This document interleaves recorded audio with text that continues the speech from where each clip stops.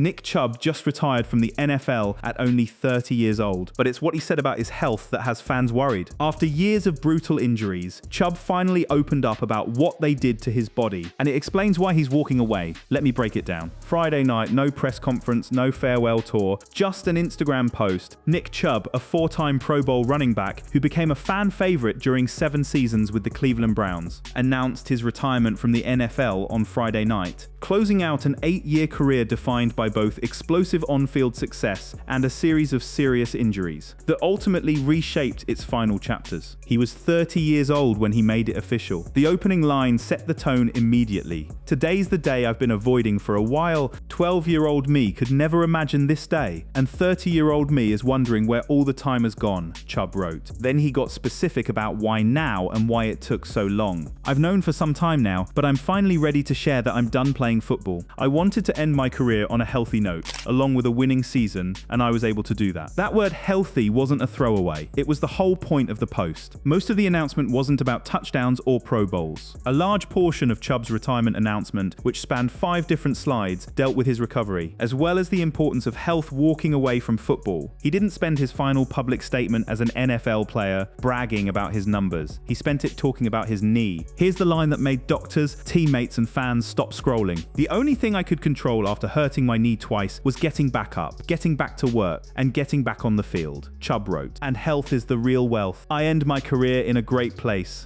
That phrase, "health is the real wealth," is now the headline of his entire career. Not the Pro Bowls, not the 1,500-yard season. A running back telling every other player still active that the body matters more than the stat sheet. And he wasn't done there. He turned it into direct advice for guys still active. "I say this to all my brothers still on the field, still in the heat of it. There's a life waiting for you after football too. And health is the real wealth. I end my career in a great place." He added one more line that closed the loop on 8 years of pain. "Even though there are some things I wish had happened differently, I can say that I have no regrets." The reactions came fast. Kareem Hunt, the man who split a backfield with Chubb for years in Cleveland, posted his response within the hour. Former Browns backfield partner Kareem Hunt was among those who responded to Chubb's retirement announcement.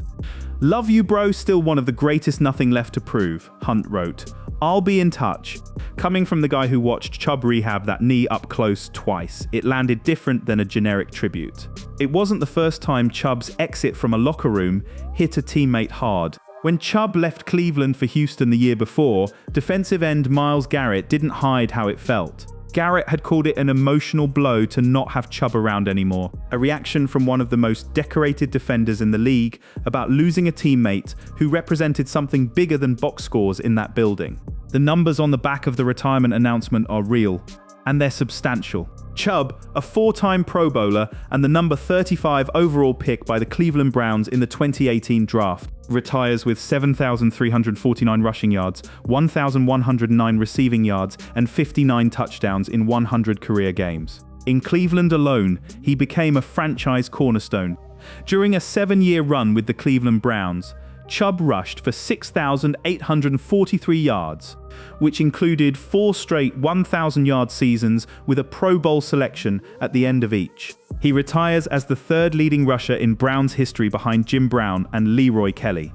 But strip away the counting stats, and what's left is a running back who used his exit interview to talk about surviving his own body. That's not standard.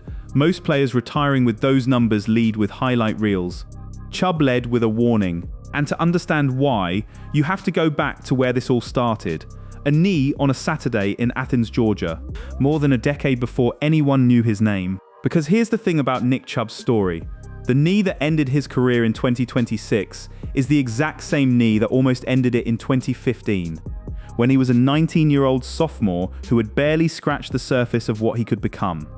And the way that first injury happened and the way his body responded to it set up everything that came after, including the health concerns now following him into retirement. Rewind 11 years, Nick Chubb wasn't a Cleveland Brown yet.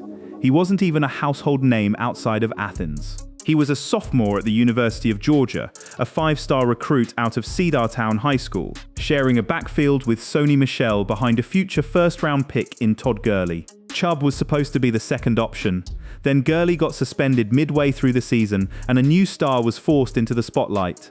What happened next is the injury that would define the rest of his career long before anyone realized it. When he was a sophomore at the University of Georgia in 2015, Chubb also sustained a season-ending knee injury, in which he dislocated his left knee, tore his medial collateral ligament, MCL, lateral collateral ligament, LCL, and posterior cruciate ligament, PCL, and suffered cartilage damage. A dislocated knee, 3 torn ligaments, cartilage damage. This wasn't a routine college injury. This was catastrophic, the kind of injury that ends careers before they properly begin. There was one detail buried in the diagnosis that mattered more than anyone realized at the time. Unlike his 2023 injury, the ACL was still intact. That single ligament, the one that stayed connected in 2015, is arguably the reason Nick Chubb had an NFL career at all. Doctors will tell you an ACL is often the difference between a long recovery and a knee that never fully trusts itself again. Chubb's own mother, Lavelle, was there for it, and years later the Browns organization would revisit what that period looked like for the family. She's remembered saying, "We're here because you belong to us and we love you. And whatever one of us go through, we all go through," the kind of statement that only gets said in a hospital room, not a highlight video. The recovery from that first injury took the better part of a year. Nick Chubb spent months rehabbing before he returned to the field in the season opener of 2016. He came back. He ran for over 1,000 yards that season. He kept climbing draft boards despite it, eventually leaving Georgia as one of 4 5-star rushers from his recruiting class, alongside names like Leonard Fournette and Dalvin Cook. But draft boards remember knee surgeries even when highlight reels don't. One of the more impressive two-headed rushing attacks in NCAA history. Chubb rushed 223 times for 1,345 yards and 15 touchdowns, while Michelle spelled him for 1,227 rushing yards and 16 touchdowns on 156 carries. As a result, Michelle jumped Chubb on draft boards. The injury cost him real draft position.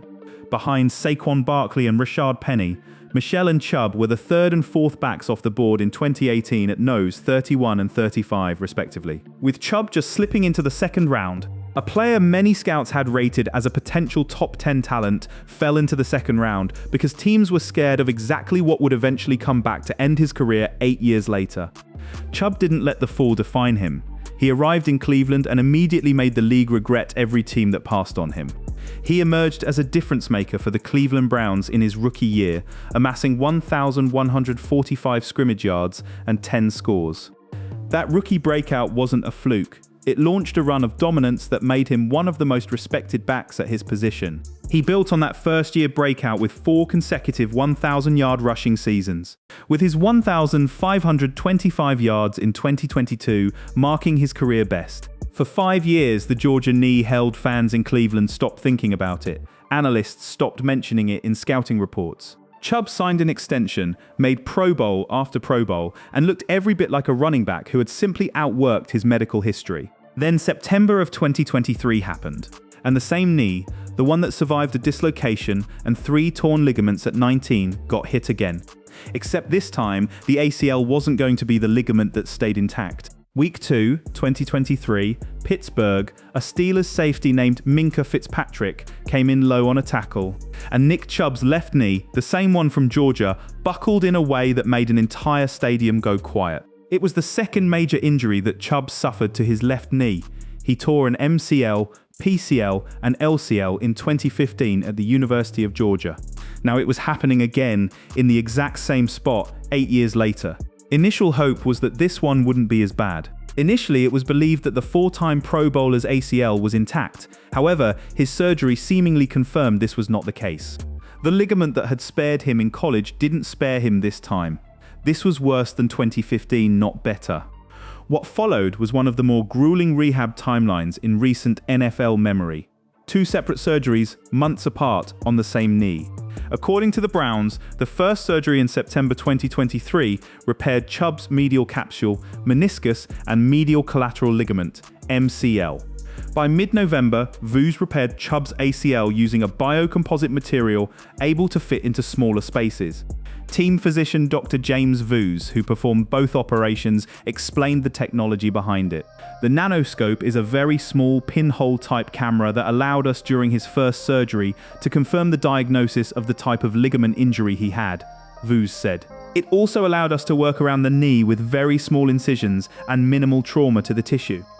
The math on that recovery window is staggering when you actually count it out.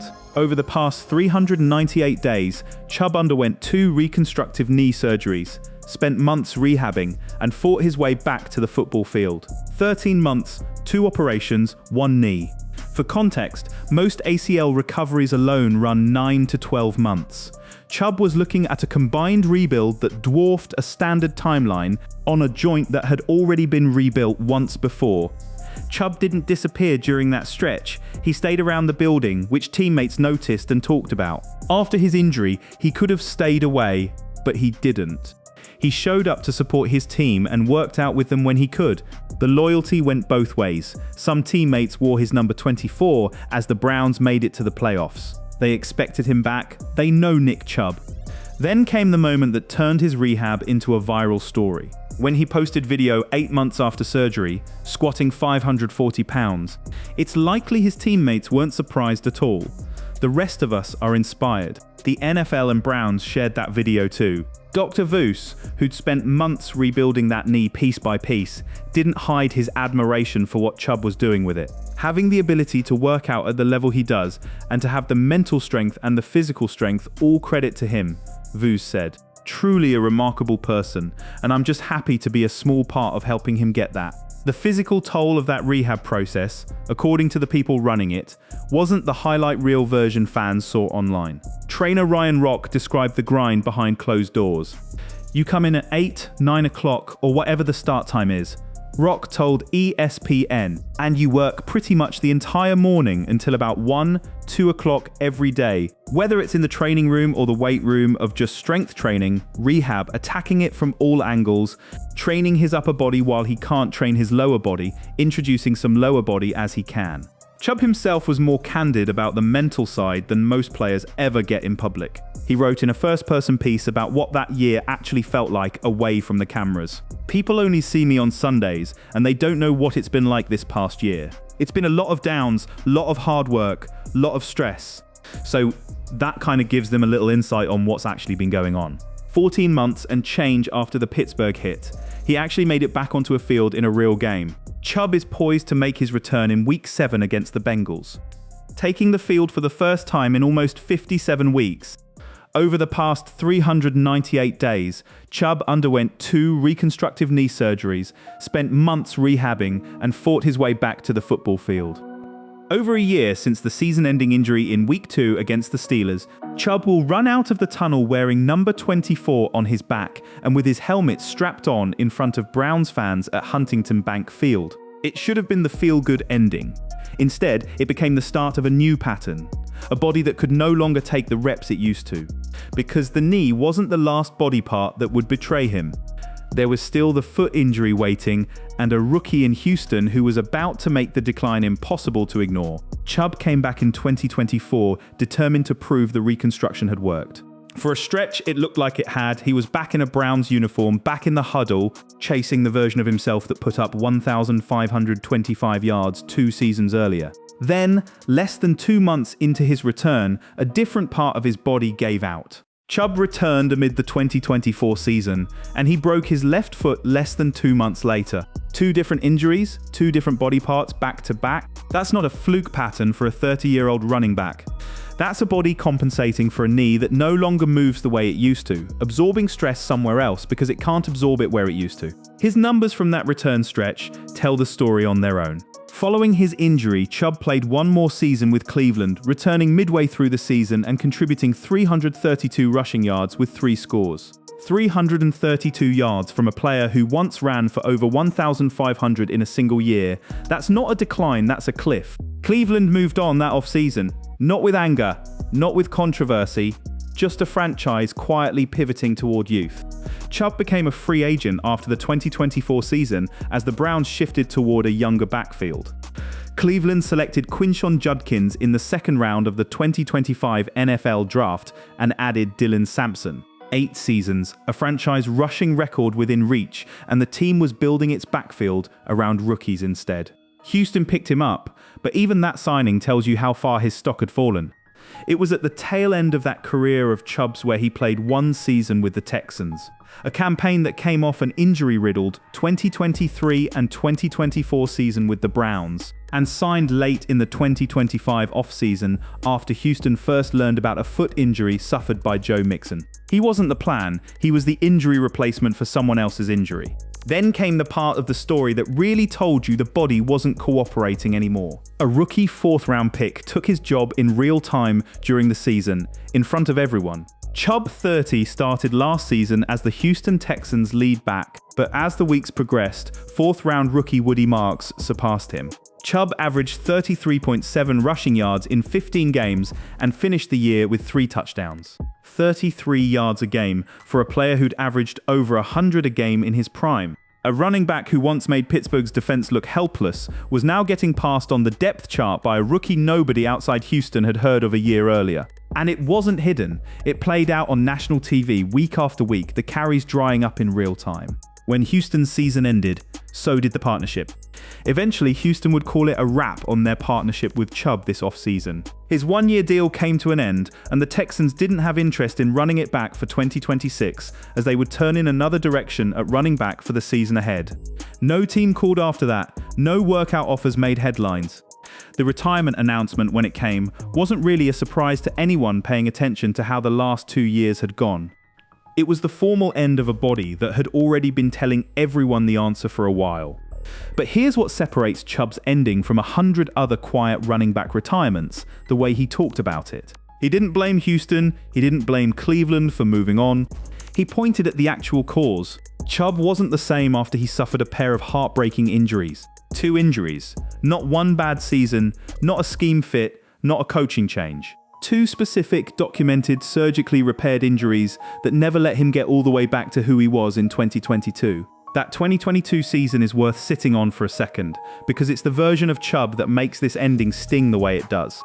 The best season of Chubb's career came with the Browns in 2022, where he found his way to over 1,500 yards on the ground and 13 total touchdowns. That was Nick Chubb at full health, fully explosive, arguably the best pure runner in the league that year.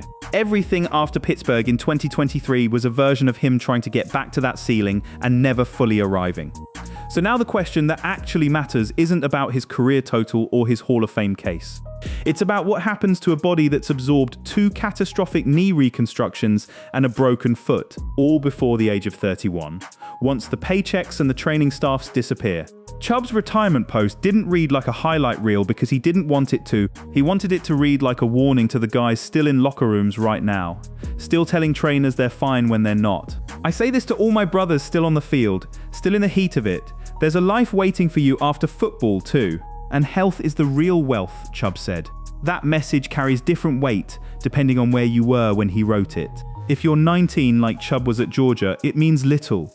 You bounce back and don't think twice. Chubb basically said as much himself, comparing the 2 versions of the same injury 8 years apart. At UGA, when it first happened, I was young, naive, and didn't fully understand the extent of the injury, he said. I believe that played a part in me being able to bounce back and eventually return to form.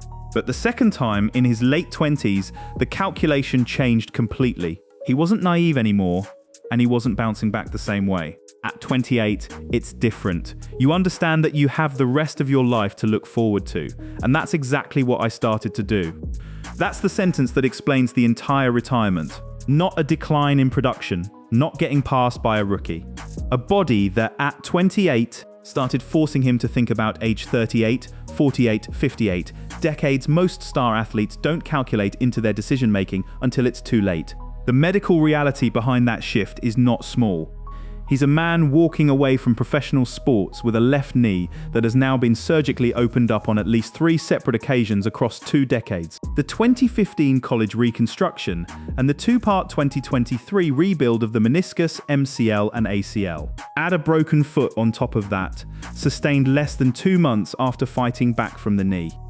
That's 4 significant structural injuries to the lower body of a man who spent 8 years as a full-contact professional runner, each hit landing on a frame that had already been rebuilt once before it ever took the next one. Doctors who work in orthopedic sports medicine have long flagged what repeated ACL and MCL reconstructions on the same joint tend to mean over a lifetime: accelerated arthritis, reduced range of motion, and a knee that ages faster than the rest of the body around it. Chubb's own surgeon didn't shy away from describing just how significant the damage actually was the second time around, walking through the layered nature of the repair in a way that made clear this wasn't a simple fix. Voos added that those smaller incisions would lead to less scar tissue and faster recovery. Not to mention the imaging on the camera has improved tenfold, helping the surgical team build a plan. The technology helped, it didn't erase the fact that this was the same knee's second major reconstruction inside a single career. What makes this retirement different from the usual running back ages out story is the tone Chubb chose for it. He didn't frame it as "my body failed me." He framed it as a decision he got to make instead of one that got made for him. "I've known for some time now, but I'm finally ready to share that I'm done playing football. I wanted to end my career on a healthy note, along with a winning season, and I was able to do that." That last season in Houston, the one with diminishing carries and a rookie stealing his role, still ended with a playoff run. Last season, Chubb was part of a Texans squad that went 12-5 and made the divisional round of the AFC playoffs. He got to walk away from a winning team instead of a losing one. He got to walk away standing up, not carted off. Given everything that knee had been through since he was 19 years old, that alone was the version of the ending he actually wanted. Even though there are some things I wish had happened differently, I can say that I have no regrets. The bigger picture here extends past one running back's Instagram post. Chubb's retirement lands at a moment when more and more NFL players are retiring earlier and talking more openly about what their bodies feel like on the way out, rather than waiting until years later to admit it in a documentary or a memoir. Chubb chose to say it immediately, 5 slides deep, on the same day he announced he was done. Not, "I gave everything to this game, but the only thing I could control was getting back up, twice off a joint that had already failed him once before either surgery happened." That's the part of this story that should actually worry people who watched him play, not the retirement itself. 30 is a normal age for a running back's body to be finished, especially one who ran as physically as Chubb did for 8 years. What's worth paying attention to is the specific way he chose to leave. Warning the players still active, thanking the doctors who rebuilt his knee twice, and closing with a phrase that wasn't about football at all. "I say this to all my brothers still on the field, still in the heat of it. There's a life waiting for you after football too. And health is the real wealth," Chubb wrote. "I end my career in a great place." He finishes with 7,349 rushing yards, 4 Pro Bowls, and a spot in Cleveland Browns history behind only Jim Brown and Leroy Kelly. But the number that actually defines this retirement isn't on that stat sheet. It's the 2 reconstructive surgeries on the same knee, the broken foot that followed, and a 30-year-old man choosing with his final public words as a football player to talk about his body instead of his highlights. That's not a normal way for a 4-time Pro Bowler to say goodbye. And it's exactly why the health concerns following Nick Chubb into retirement aren't going away just because the pads finally came off.